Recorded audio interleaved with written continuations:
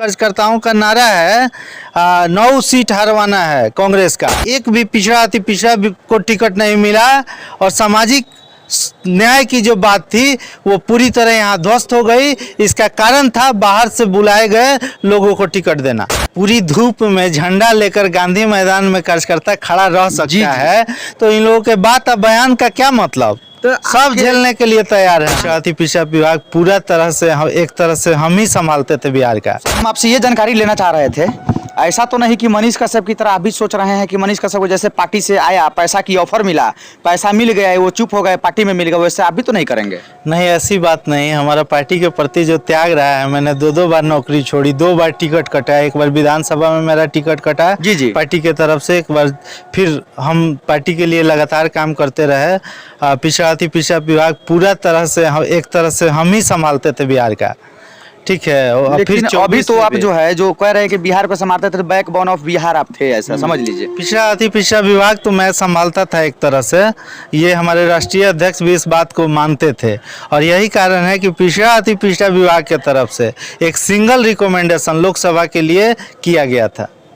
तो आखिर ऐसा क्यों हुआ सर? ये जो लोकसभा चुनाव के लोग आपको अगर टिकट मिल जाता तो निश्चित था कि आपके पार्टी का जो है झंडा फहराने लगता, परचम फिर से लहरा जाता यहाँ से बेतिया लोकसभा से। लेकिन ऐसा क्यों हुआ आखिर? क्या कुछ देखिए, पार्टी का शीर्ष नेतृत्व इस चीज़ को समझ ना सकी। मैंने समझाने की बहुत कोशिश की। और दूसरी बात है कि 9 सीट में आज जो 3 सीट दूसरे दल के लोगों को दे दीजिए जी, तो फिर एडजस्ट करना पड़ता है, किसी को कहीं से किसी को कहीं से, और इसी दबाव में इन लोगों ने मेरा टिकट काटा।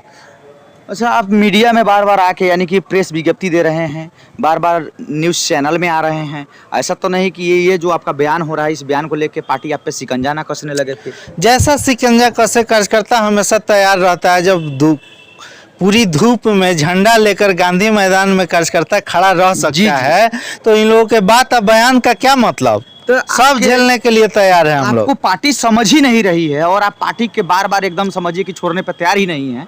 हम कार्यकर्ताओं की लड़ाई लड़ रहे हैं, शीर्ष नेतृत्व पर सवाल खड़ा कर रहे हैं। यानी आप लोग बार बार कार्यकर्ताओं को दरकिनार नहीं कर सकते हैं। हम लोग जो है आपके खिलाफ आवाज उठाएंगे, पुतला फूकेंगे और हम अपना अधिकार लेके रहेंगे। अच्छा सर, हमको लगता है कि आप जो है मानवता के अधिकार के लिए आप लड़ रहे हैं। बिल्कुल, जो कार्यकर्ता पार्टी के प्रति समर्पित है, जो अपना समय पैसा सब कुछ देता है पार्टी को, और ऐन वक्त पर समय आने पर आप या पैसा के लालच में हो या जो हो, दूसरे दल के लोगों को बुला के टिकट दीजिएगा, तो हम जैसे कार्यकर्ता शीर्ष नेतृत्व पर बिल्कुल सवाल खड़ा करेंगे, उनसे झगड़ा करेंगे, उनका पुतला फूकेंगे और पार्टी में बने रहेंगे। तो आप सर पार्टी के विरोध करेंगे, लेकिन आपको लगता है कि आप विरोध करिएगा फिर भी आपको पार्टी में बने रहने का आपको मौका मिलता रहेगा? पार्टी का संविधान जो है और लोकतंत्र है, उसमें है कि आप पार्टी के शीर्ष नेताओं को गलत होने पर विरोध कर सकते हैं। आप उसमें पुनः विराम लगा सकते हैं? एकदम विरोध कर सकते हैं। अपने खून पसीना से पार्टी को सींच रहे हैं, तो आप गलत होने पर अपने अधिकार के लिए पार्टी के शीर्ष नेतृत्व पर सवाल भी खड़ा कर सकते हैं, लड़ भी सकते हैं। अच्छा, ये जो 2024 का जो चुनाव है सर, ये चुनावी लहर तो बहुत बड़ा लहर है। इस लहर में हमको जहाँ तक लगता है आपके बातों से कि आपको पार्टी की तरफ से कुछ डिमांड किया होगा, आपकी डिमांड किए होंगे, आपको पूरा नहीं हुआ, इसलिए आप पार्टी के खिलाफ बोल रहे हैं आज? नहीं, पार्टी से तो हम अपना अधिकार ही मांगे थे जो मुझे पश्चिमी चंपारण लोकसभा से टिकट चाहिए, और मेरा नाम केंद्रीय चुनाव समिति तक गया था, जहां मदन मोहन तिवारी जी और मेरे ऊपर चर्चा हुई और प्रदेश अध्यक्ष जी खड़ा होकर जो है मदन मोहन तिवारी जी को टिकट दिलवाए। तो हमको मदन मोहन तिवारी जी के पर सवाल नहीं खड़ा करना है। मदन मोहन तिवारी जी पार्टी के पूर्व विधायक भी रहे हैं और यहाँ के कार्यकर्ता रहे हैं शुरू से, उनसे कोई गिला शिकवा नहीं है। गिला शिकवा है कि एक भी बैस समाज को टिकट नहीं मिला, एक भी पिछड़ा अति पिछड़ा को टिकट नहीं मिला, और सामाजिक न्याय की जो बात थी वो पूरी तरह यहाँ ध्वस्त हो गई। इसका कारण था बाहर से बुलाए गए लोगों को टिकट देना। अच्छा, इसका मतलब है कि यहाँ पे जो भी आपके पार्टी के लिए जो लड़ रहे हैं उनके साथ एकदम आप 24 घंटा खड़े हैं? एकदम पार्टी के लिए हम खड़े हैं। पार्टी से जो ये भी उम्मीद करेंगे हम, शायद आपके बातों से अब लगता है कि शायद ये भी हम उम्मीद रखेंगे कि आप पार्टी के लिए ही आप वोट मांगेंगे? हाँ, वोट हम महागठबंधन के लिए ही मांगेंगे। अभी बीच में हमने ये भी कहा था कि कार्यकर्ताओं का नारा है 9 सीट हरवाना है कांग्रेस का। जब तक 9 सीट हम लोग नहीं हरवाएंगे, शीर्ष नेतृत्व को कार्यकर्ताओं का दर्द और उसका ताकत समझ में नहीं आएगा।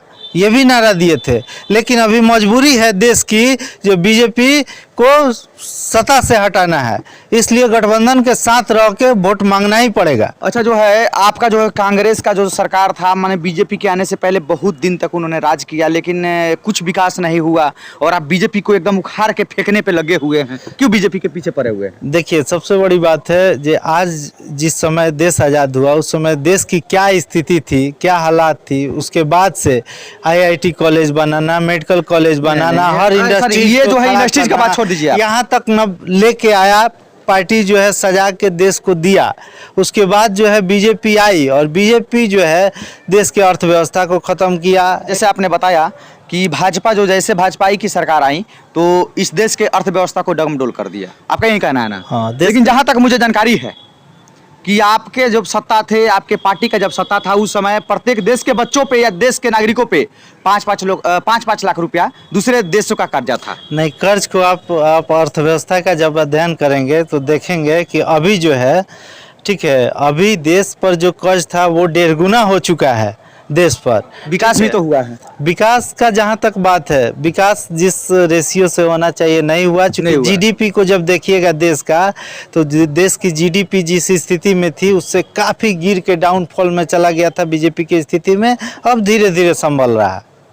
अच्छा, आगे आप जाते जाते जितने भी हमारे जो भी समर्थक हैं आपके पार्टी को जो देख रहे हैं, उनसे क्या कहना चाहिएगा सर आप? कहेंगे जो अभी देश की ज़रूरत है महागठबंधन, और महागठबंधन को वोट देकर जिताइए और लोकतंत्र और संविधान को बचाइए। हमारी जो लड़ाई है वो व्यक्तिगत लड़ाई है और पार्टी के अंदर लड़ाई है, पार्टी के संविधान और कार्यकर्ताओं के न्याय के लिए लड़ाई है। इस पर जो है विशेष ध्यान देने की ज़रूरत नहीं है। अभी देश बचाने की ज़रूरत है, लोकतंत्र बचाने की ज़रूरत है और भाजपा को भगाने की ज़रूरत है। चलिए, जो भी जितने भी आप हमारे दर्शक वीडियो देख रहे थे, क्या कुछ सोचते हैं इनके बर्ताव से, इनके विचारों से, इनके भावनाओं से, आप लोग कमेंट जरूर करिएगा और इस वीडियो को इतना शेयर कर दीजिएगा ताकि कि उस नए पीढ़ी के युवाओं तक पहुंच जाए ये वीडियो, ताकि कि उनको ये वीडियो देखने के बाद में एकदम उनका आंख खुला ही रह जाए और इस वीडियो पे विचार करने का उनको मौका मिले।